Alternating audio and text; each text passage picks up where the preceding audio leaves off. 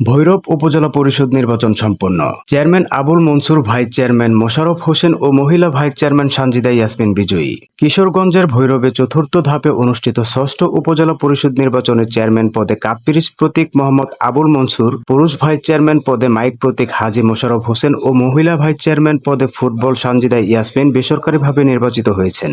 Chairman পদে Mohammad Abul Mansur cup পিরিচ প্রতীকে পেয়েছেন 48,200 ভোট এবং তার নিকটতম প্রতিদ্বন্দ্বী প্রার্থী জাহাঙ্গীর আলম সেন্টু ঘোড়া প্রতীকে পান 32,425 ভোট। পুরুষ ভাইস চেয়ারম্যান পদে মোহাম্মদ মোশাররফ হোসেন মাইক প্রতীকে পেয়েছেন 41,890 ভোট এবং তার নিকটতম প্রতিদ্বন্দ্বী প্রার্থী জিয়াউর রহমান অরুণ উড়োজাহাজ প্রতীকে পান 37,702 ভোট। মহিলা ভাইস চেয়ারম্যান পদে সানজিদা ইয়াসমিন ফুটবল প্রতীকে পেয়েছেন 56,412 ভোট এবং তার নিকটতম প্রতিদ্বন্দ্বী প্রার্থী মনোয়ারা বেগম হাঁস প্রতীকে পান 20,555 ভোট। এদিকে 92টি কেন্দ্রের মধ্যে একটি কেন্দ্র স্থগিত করা হয়েছে।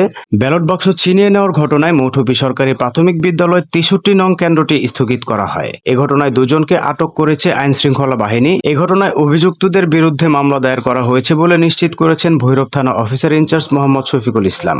শান্তিপূর্ণভাবে ভোট গ্রহণ শুরু হয়। বিভিন্ন ভোট কেন্দ্রে সকালের দিকে ভোটারদের উপস্থিতি কম থাকলেও বেলা বাড়ার সাথে সাথে তুলনামূলকভাবে কিছু বাড়তে থাকে ভোটারদের উপস্থিতি। সরকারের নির্দেশনা মোতাবেক নির্বাচনকে অবাধ, সুষ্ঠু ও শান্তিপূর্ণ করতে নির্বাচনী এলাকায় ও কেন্দ্রে কঠোর নিরাপত্তা ব্যবস্থা গ্রহণ করেন প্রশাসন। নির্বাহী ম্যাজিস্ট্রেট সহ পুলিশ, র্যাব, বিজিবি ও আনসার সদস্যরা নিরাপত্তার দায়িত্ব পালন করেছেন। ফলে কেন্দ্রগুলোতে শান্তিপূর্ণ পরিবেশে ভোটাররা তাদের ভোটাধিকার প্রয়োগ করেছেন।